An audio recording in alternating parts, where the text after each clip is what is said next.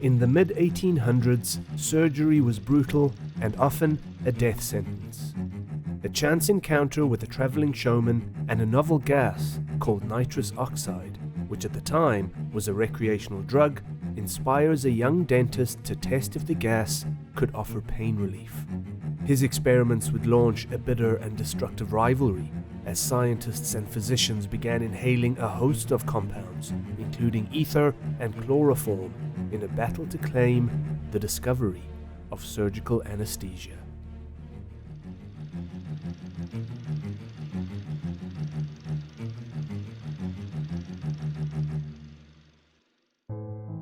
Before anesthesia, the surgeon's chief skill was speed. In the mid-1800s, London's most acclaimed surgeon, Robert Liston, could sever a leg in 25 seconds. The chance of dying from a Liston amputation was 1 in 6, much better than the average Victorian surgeon. Speed had its advantages. With no pain relief available, it shortened the horrific trauma of surgery.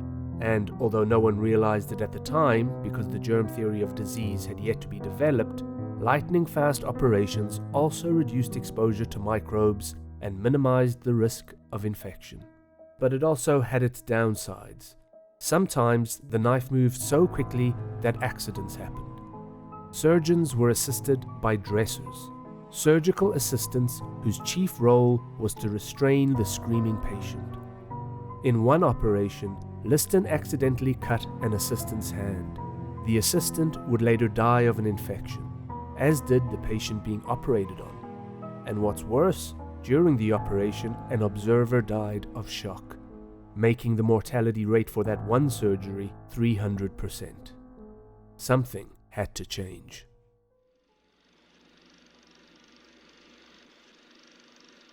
In 1774, chemist and natural philosopher Joseph Priestley discovered oxygen. He detailed his findings in a book called Experiments and Observations on Different Kinds of Air. During his experimentation, he also discovered a host of other gases, such as ammonia and a gas particularly relevant to this story, nitrous oxide. In Humphrey Davy's 1800 book, Researches, Chemical and Philosophical, chiefly concerning nitrous oxide, he describes the euphoric effect of inhaling the gas and coined the term laughing gas. He would throw parties where he offered his guests, poets, playwrights, doctors and scientists, not a drink, but a puff from a silk bag containing nitrous oxide, all in the name of science, of course. Within a few years, nitrous oxide was widely used in Victorian England as a party drug. The practice made its way to the US, and on the evening of December 10, 1844, traveling showman and medical school dropout Gardner Quincy Colton was giving a lecture and demonstration billed as a grand exhibition of the effects produced by inhaling nitrous oxide, exhilarating or laughing gas. In the audience that night was a young dentist called Horace Wells. Part of Colton's demonstration involved inviting members of the audience to join him on stage to inhale the gas and experience its effect. A young drugstore clerk called Samuel Cooley was seated next to Wells and his wife, and he took up Colton's offer. Almost immediately, Cooley was intoxicated by the gas. He became giddy and began jumping about on the stage. In the process, he struck his legs against a wooden bench. However, Wells noticed that the young man didn't seem to react to the injury and continued prancing around the stage. When the show was over, Wells approached Colton about what he had witnessed. Colton recalled, "When the audience was going out, Dr. Wells came to me and said, 'Why cannot a man have a tooth extracted and not feel it under the effects of the gas?' I said I did not know. 'Well,' he said, 'I believe it can be done.'" In 1834, when he was 19 years old, Horace Wells began a dentistry apprenticeship in Boston, and 2 years later opened his own practice in Hartford, Connecticut. A thoughtful, innovative, and scientifically minded practitioner, Wells was soon ranked among the best dentists in the city. And as the practice became busier, he took on an apprentice. William Thomas Green Morton was 23 years old at the time, and according to author Richard J. Wolff, he was an unscrupulous opportunist. Before becoming a dentist, he made his money by forging letters of recommendation, buying goods on credit, selling them, and disappearing with the money. He then moved to a new city and started the process again. In 1840, he joined the newly opened Baltimore School of Dentistry, the world's first dental college, but left without obtaining a diploma, choosing instead to learn dentistry the old-fashioned way, as an apprentice. Morton trained with Horace Wells until 1843, when the pair opened a new business selling dentures in Boston. But after a few weeks, it became clear that the new partnership wasn't going to be profitable. The pair went their separate ways. Wells returned to Hartford, but William Morton stayed in Boston, where under pressure from his wife's family to improve his social standing, he enrolled at Harvard Medical School. In Hartford, Wells got back to the business of dentistry, a large part of which was pulling teeth, and the young dentist agonized, pardon the pun, over the pain and discomfort that accompanied the extraction of teeth. He was constantly thinking about how he could alleviate his patient's pain, and at Gardner Colton's exhibition, he thought he found his answer. After Colton's nitrous oxide demonstration, Wells approached the showman and convinced him to bring a supply of nitrous oxide to the dental surgery the following day. Wells had a wisdom tooth that was bothering him, and he saw an opportunity to test his hypothesis about nitrous oxide and pain relief. On December 11, 1844, Horace Wells and Gardner Colton went to the dental practice of one of Wells' former students, John Riggs. Colton administered the gas, and when Wells was under its influence, Riggs extracted the troublesome molar. Afterwards, Wells was reported to have said, "It is the greatest discovery ever made. I didn't feel it so much as the prick of a pin. A new era in tooth pulling." Colton then taught Wells how to prepare the gas, and in the following weeks, Wells and Riggs used nitrous oxide as an anesthetic. Wells used the gas on at least 12 patients, and Riggs used it at least once as part of a procedure in which he extracted 6 teeth in one sitting. Horace Wells wasn't the first to realize the pain-relieving qualities of nitrous oxide. In fact, as far back as 1800, Humphrey Davy had identified that nitrous oxide had benefits outside of the euphoric effects, writing that it appears capable of destroying physical pain, and it may probably be used with advantage during surgical operations. But until Horace Wells began promoting the medical applications of nitrous oxide, it had largely been ignored outside of the vibrant party scene. Wells wrote, "On making the discovery, I was so elated that I expended my money freely and devoted my whole time for several weeks in order to present it to those who were best qualified to investigate and decide upon its merits. Not asking or expecting anything for my services, well assured that it was a valuable discovery. I was desirous that it should be as free as the air we breathe." And it was with that purpose in mind that Wells contacted his old apprentice, William Morton, who was now a medical student at Harvard. In early 1845, William Morton introduced Wells to John C. Warren, the chief of surgery at the Massachusetts General Hospital. According to Wells, Warren warmly received him and agreed to allow Wells to lecture the students on the use of nitrous oxide for the prevention of pain, followed by a demonstration. The demonstration took place in January of 1845.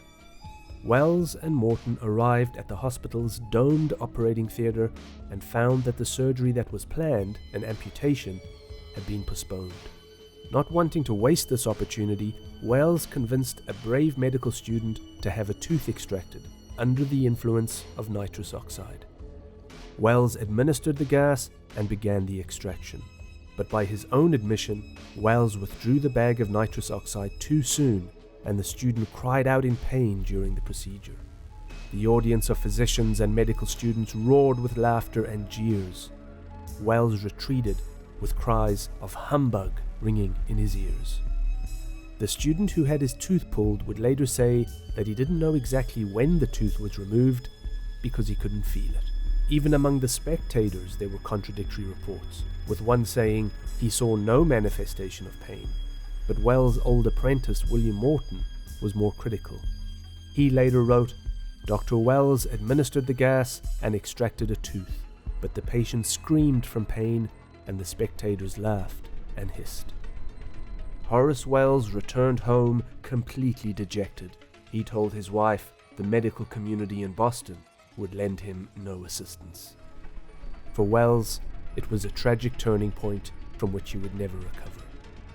For William Morton, however, it was a eureka moment. A year previous, Morton had attended a lecture by Professor Charles T. Jackson. Jackson, building on the work that Humphrey Davy had started, began experimenting with sulfuric ether. Ether was hardly a novel substance at the time, having first been made in 1540 by the German physician Valerius Cordus, who distilled it from a reaction between alcohol and sulfuric acid. But much like nitrous oxide, it didn't attract much interest in the scientific and medical communities, but was regularly inhaled as a party drug at events that became known as ether frolics.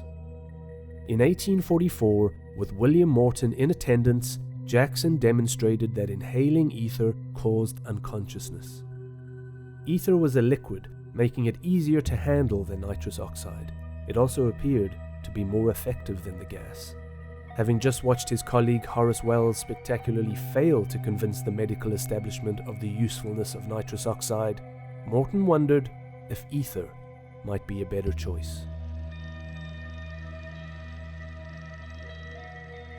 William Morton began experimenting with ether. He experimented on the family dog, then on himself, and finally on a patient.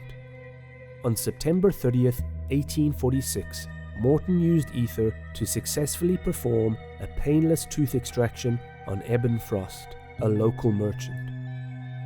Almost immediately, he wrote to Harvard Medical School and the Chief of Surgery, John C. Warren, asking for one more chance to demonstrate effective pain relief.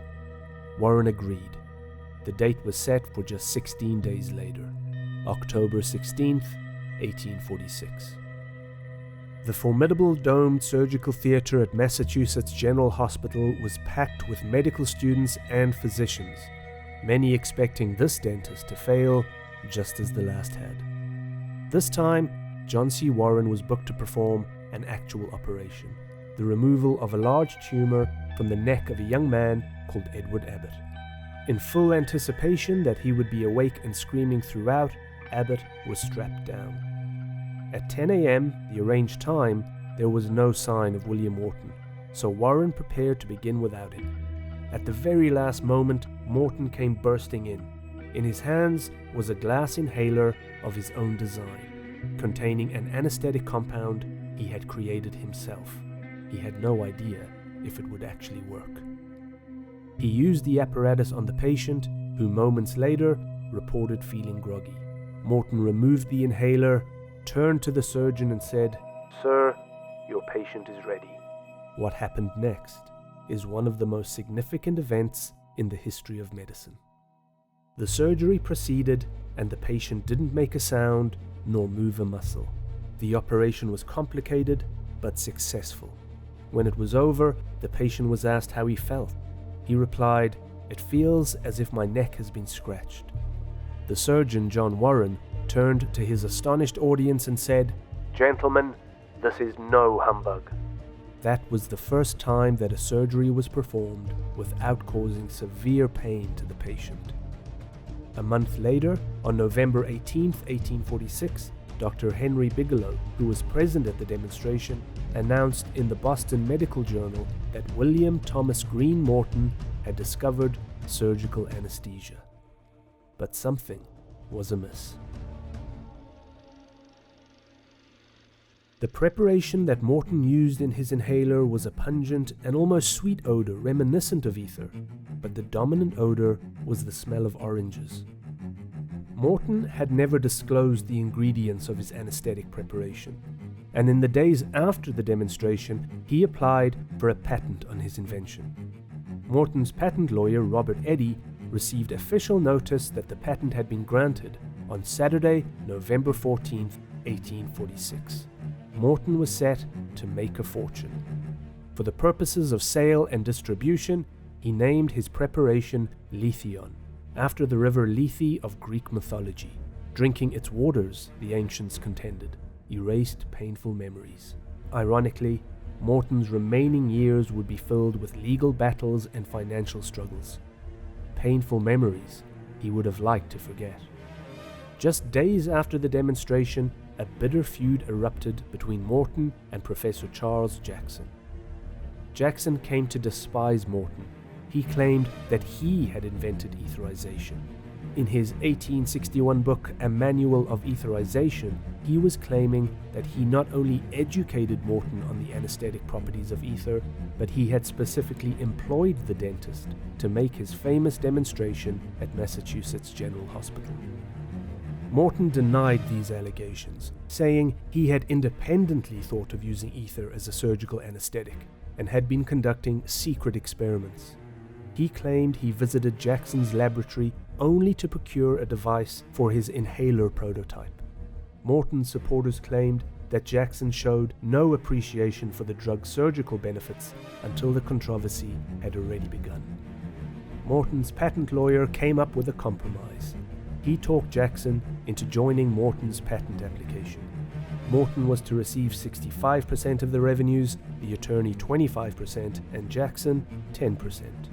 However, as a member of the Massachusetts Medical Society, Jackson was not permitted to deal in secret remedies or profit from medical inventions, so he signed over his patent rights for $500. During this bitter and very public back and forth, it became clear that lithion was just sulfuric ether that Morton had masked with orange essential oil and coloring agents. Ether was not a new compound, having been discovered more than 300 years previous and could not be patented. Morton's patent was revoked. To make matters worse, many physicians and surgeons were outraged that Morton had attempted to profit from his discovery. Sharing Horace Wells' convictions, they believed it was morally and ethically corrupt to take out a patent on something so vital to public health. In medical circles, Morton became a pariah. The news about ether inhalation and its surgical benefits spread as fast as the ships of the time could carry it. In England, veteran surgeon Robert Liston used ether for the first time on December 21, 1846. He amputated the leg of a young man called Frederick Churchill. Ironically, Churchill had come to the hospital a month earlier complaining of pain and swelling in his knee. Liston had made a small incision in the man's leg and used his unwashed hands to probe the knee. This resulted in a serious infection, and now the leg had to be removed. It took all of 28 seconds for Liston to remove Churchill's leg, during which time the patient neither stirred nor cried out. When the man awoke a few minutes later, he reportedly asked when the surgery would begin. Soon, ether was being freely used in operating theaters across the world, and William Morton petitioned the US government to pay him for what he felt was his discovery. In 1852, he requested an award of $100,000 from Congress for the US Army's battlefield use of ether in field hospitals. But that too failed after objections from Charles Jackson and Morton's old mentor, Horace Wells.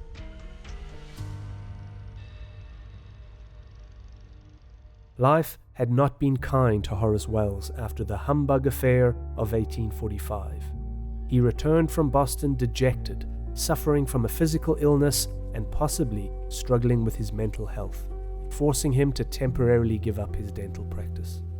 After reading Henry Bigelow's account of Morton's ether demonstration in Boston, Wells wrote a letter to the editor of his local paper in an attempt to establish a claim on the discovery of anesthesia.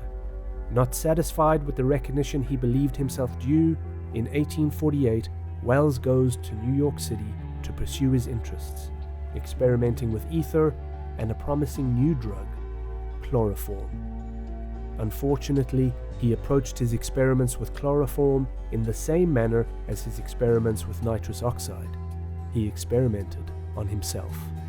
Of the 3 inhaled anesthetic agents, chloroform was the most dangerous. It was much easier to use than nitrous oxide or ether, possibly too easy. It could be addictive, and overdoses could kill. And soon, Horace Wells developed a severe chloroform addiction. On his 33rd birthday, on January 21st, 1848, delirious while under the influence of chloroform, Wells rushed from his office into the street and threw sulfuric acid over the clothing of 2 alleged prostitutes. He was arrested the following day and was committed to New York's infamous Tombs prison. When his mind cleared, he realized what he had done. Wells requested a police officer escort him to his house to pick up his shaving kit and a bottle of chloroform. On January 24th, he took his own life while in the bathtub by slashing his left femoral artery, but not before inhaling some chloroform, ensuring he was anesthetized while he died. In letters found in his cell, Wells lamented the pain he had caused his family and the damage to his reputation. He ended one letter by writing, "I cannot proceed. My hand is too unsteady, and my whole frame is convulsed in agony. My brain is on fire." The American Dental Association honored Wells posthumously in 1864 as the discoverer of modern anesthesia, and the American Medical Association recognized his achievement in 1870. William Morton was in New York City on July 15, 1868. He was riding in a carriage with his wife when he suddenly demanded the carriage stop. He ran into the lake in Central Park to cool off. This peculiar behavior was because he had suffered a major stroke. He died in hospital a short time later. He had spent the previous 20 years campaigning for recognition and payment for his contributions. He got nothing. He died in poverty at the age of 49. Some accounts say that when Charles Jackson visited the dentist's grave in 1873 and read the epitaph on his tombstone, which hailed Morton as the inventor of anesthesia, he had a manic episode which resulted in him being committed to the McLean Asylum for the Insane, where he died on August 28, 1880, at the age of 75. In 1849, 3 years after William Morton's demonstration in the operating theatre, now called the Ether Dome, the Southern Medical and Surgical Journal ran a piece about a young physician in the small town of Jefferson, Georgia, named Crawford Williamson Long, who had removed a tumor from the neck of a man named James Venable while he was anesthetized with ether. The date of that operation was March 30th, 1842, 4 years before William Morton's ether demonstration. And although Long's surgery on Venable was successful and well documented, he delayed publication until he gathered more evidence. The journal ran his story in 1849, by which time he had been scooped by William Morton. There's a monument in Boston that celebrates the day in 1846 when William Morton demonstrated the utility of surgical anesthesia. The inscription reads, "To commemorate the discovery that the inhaling of ether causes insensibility to pain. First proved at Massachusetts General Hospital in Boston, October 1846. American novelist Mark Twain would write, "The monument is made of hardy material, but the lie it tells will outlast it 1,000,000 years." And although William Morton is most famously associated with the discovery, perhaps ironically for the tragic figure of Horace Wells, of the 3 early anesthetic agents, only one is still in use today: nitrous oxide. Today we can say that Horace Wells, William Morton, Charles Jackson, and Crawford Long all played a role in the development of anesthesia. It's unfortunate that the quest for recognition cost the men so dearly, even as it made life far better for the rest of us. I've mentioned the germ theory of disease a few times during this video, and if you want to find out more about it and the tragic story of the man who fought for better hygiene in hospitals, here it is. As always, thanks for watching, and if you haven't already, please hit the like button and consider subscribing to the channel.